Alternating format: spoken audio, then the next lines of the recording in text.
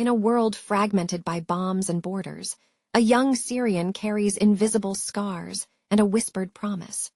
When two souls from completely different worlds meet under the flickering candlelight in Berlin, the improbable happens.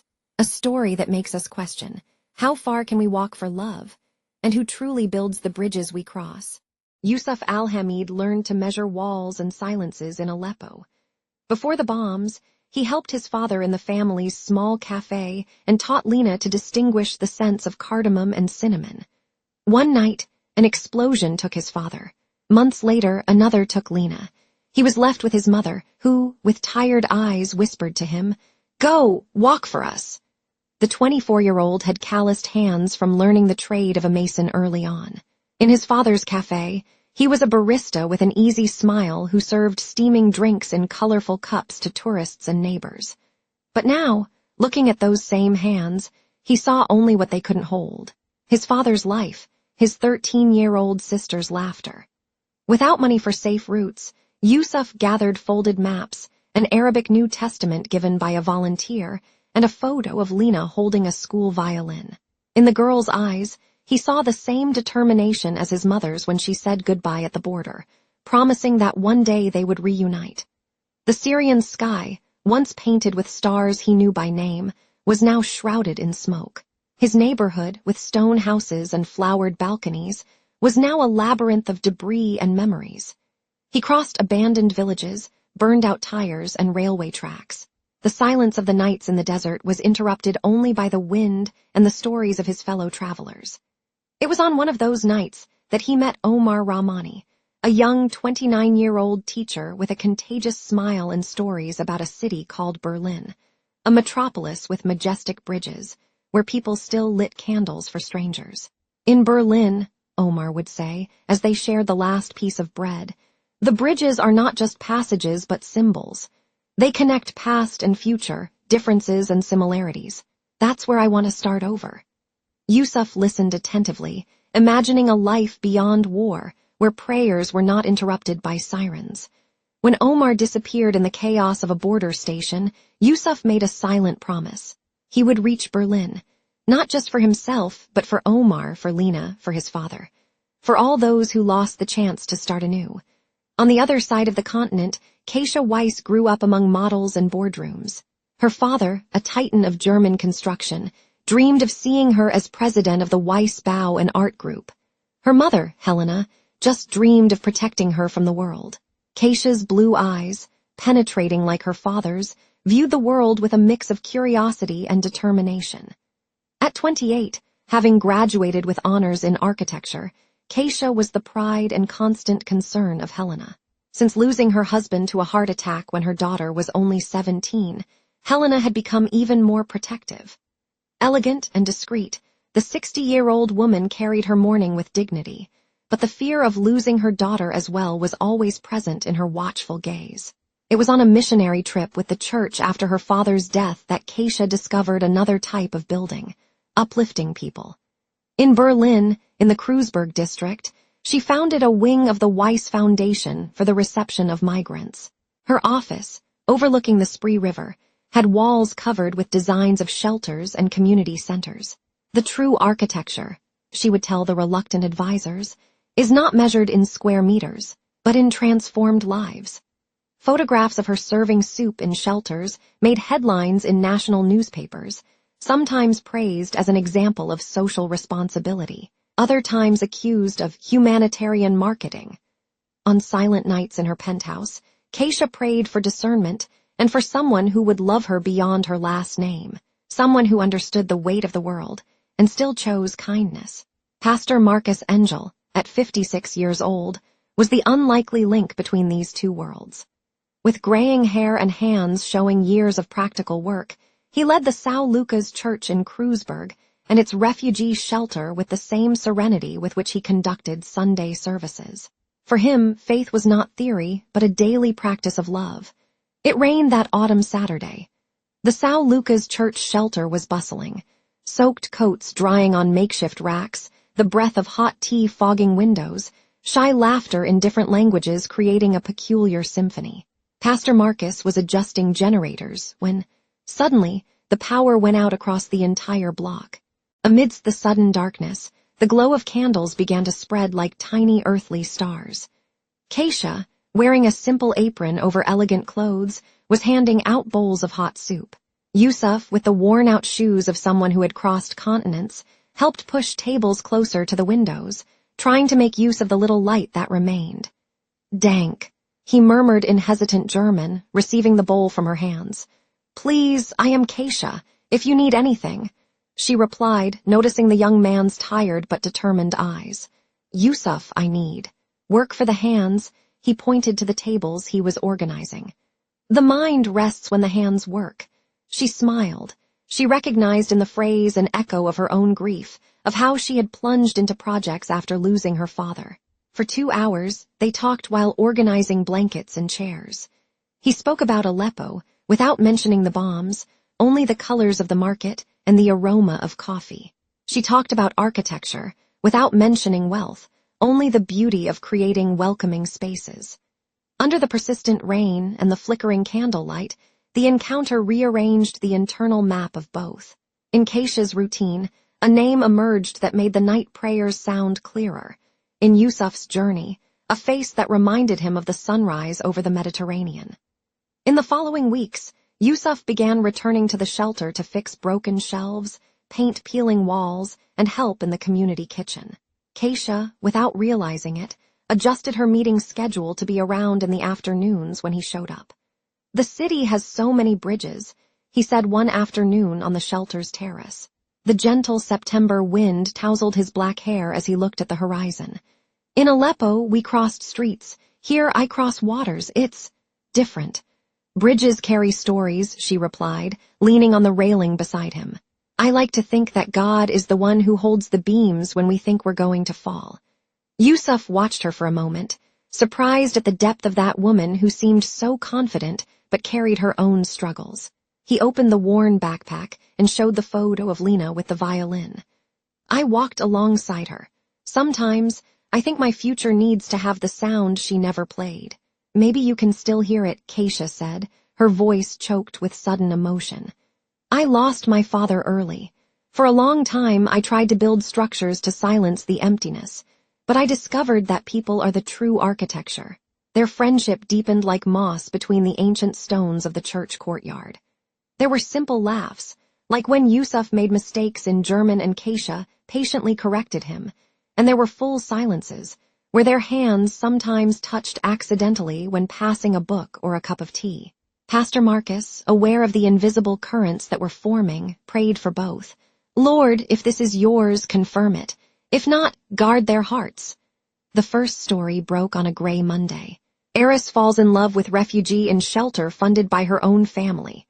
Cell phone photos taken without permission, malicious headlines, venomous comments on social media. Helena entered her daughter's office with the newspaper in hand, her lips tense with worry. "Keisha, you need to think about the family's reputation.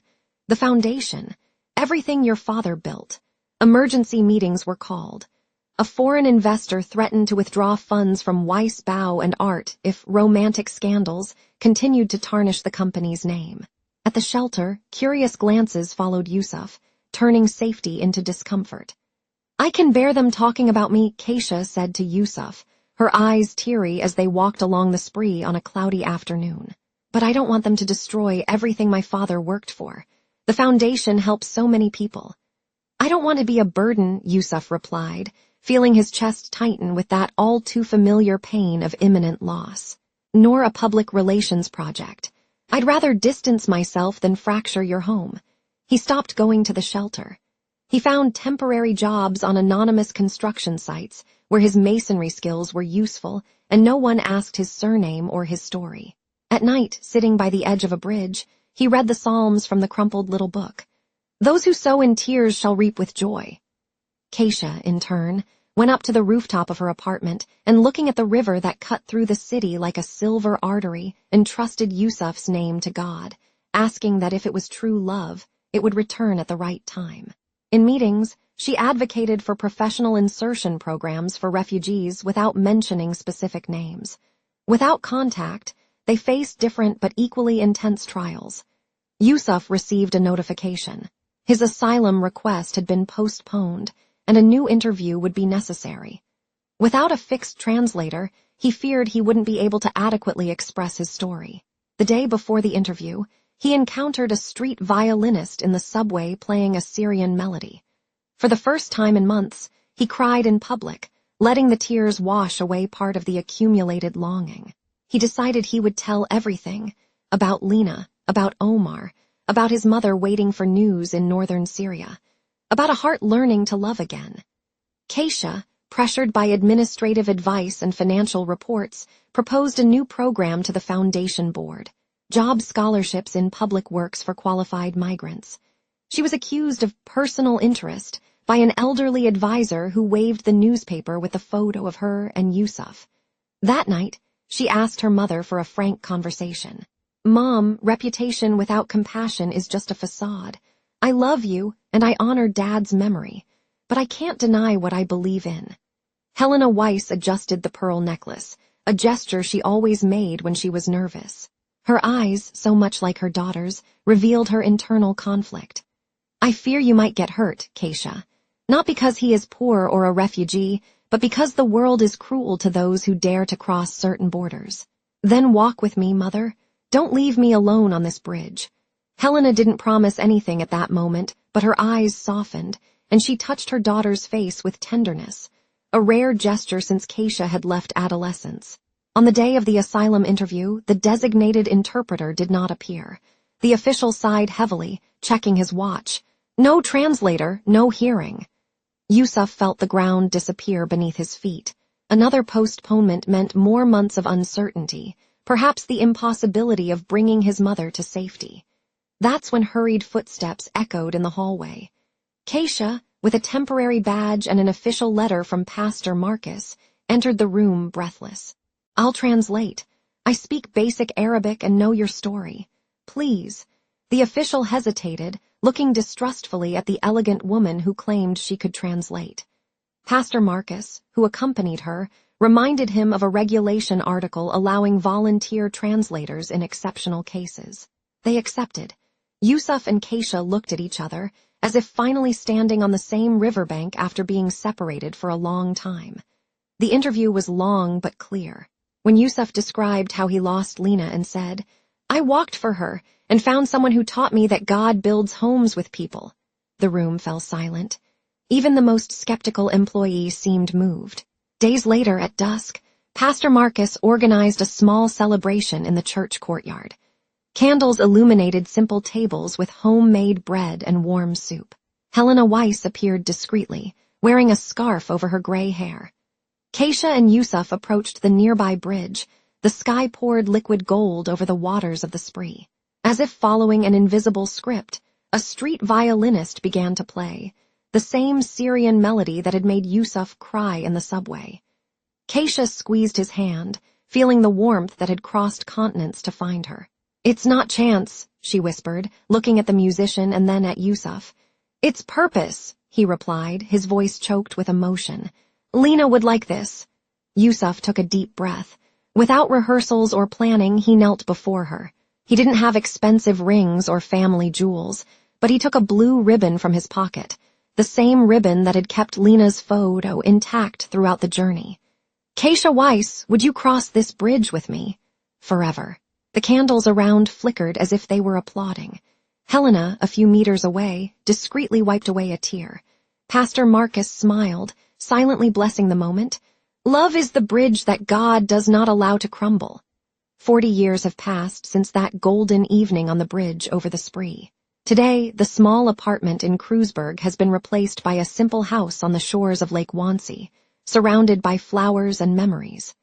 Yusuf, now 65 years old, has completely white hair but the same serene gaze as when he crossed Europe on foot. Keisha, at 69, retains the smile that always seemed to convey hope. The sound of laughter comes from the garden. The adult children, Daniel and Lena, chat with the grandchildren, while the smell of baking bread mingles with the scent of jasmine. On the veranda table rests the same Arabic New Testament that Yusuf carried on the journey, now worn, with annotations from the whole family. Do you remember when this book almost disintegrated in the rain? He asks, opening the yellowed pages. I do, Keisha replies, smiling. And I remember you saying that you didn't walk alone. I haven't walked alone since that day, either. They gaze at each other in silence. A light breeze moves the curtains, and the reflection of the lake illuminates her face. You know, Yusuf, she says softly. Sometimes I still think of Lena. I imagine what it would be like if she were here, playing the violin with the grandchildren. She is, he replies, pointing inside the house, where a painting shows a young woman with a violin, painted by Daniel years ago. She never left, she just changed places. A pause. Keisha takes his hand. Do you still feel pain in your left leg? Only when it rains a lot, he smiles. But it's a reminder that even scars can teach us gratitude. From the garden, Daniel approaches. Dad, Pastor Angel is coming to tomorrow's celebration. He said he wants to see you together again at the Spree Bridge. Yusuf laughs. Does the bridge still hold the two of us? Keisha responds, laughing. If it withstood the storm that winter, it can withstand anything. At night, gathered at the table, the family prays. Keisha holds the Bible and reads Romans 8:28, the same verse they heard at the wedding. We know that all things work together for the good of those who love God. Her voice falters, but her eyes shine. Even the long walks, even the broken bridges, even the improbable new beginnings. The grandchildren, curious, ask, Grandpa, tell us again how you met Grandma. Yusuf pretends to think. It was on a night without light, but with many candles. I thought I was just receiving a bowl of soup, but I received my entire life. Keisha gives his shoulder a gentle slap. And he didn't even know how to hold a spoon properly. Laughter fills the house. In the corner, Lena's old violin, restored, rests on a chair. Daniel picks it up and starts playing the same Syrian melody that brought his parents together again. Keisha closes her eyes, tears quietly fall. Yusuf holds her hand firmly. I promised God that I would walk until I found a home, he says, and I discovered that home is not a place. It's a person who prays with you, laughs with you, and waits for you when the world seems to fall apart. Keisha kisses his hand. And I discovered that faith is not the end of the journey, it's what keeps us walking. Outside, the lake reflects the house lights, like a mirror of peace. In the background, the church bells ring softly. Helena Weiss, long deceased, is fondly remembered. Daniel raises a toast to the grandmother who once learned to love the Syrian son-in-law as a son. When everyone retires, Yusuf and Keisha remain on the porch, watching the moonlight. You know what I think, Keisha, he murmurs. When we get to heaven, Lena will be there, waiting with the violin in her hands. And God will smile, she replies, because he always knew that our bridges did not end in this world. The two embrace in silence. The breeze passes, light as a blessing. And the love that began between borders, wars, and prayers now rests in peace, transformed into legacy, faith, and gratitude.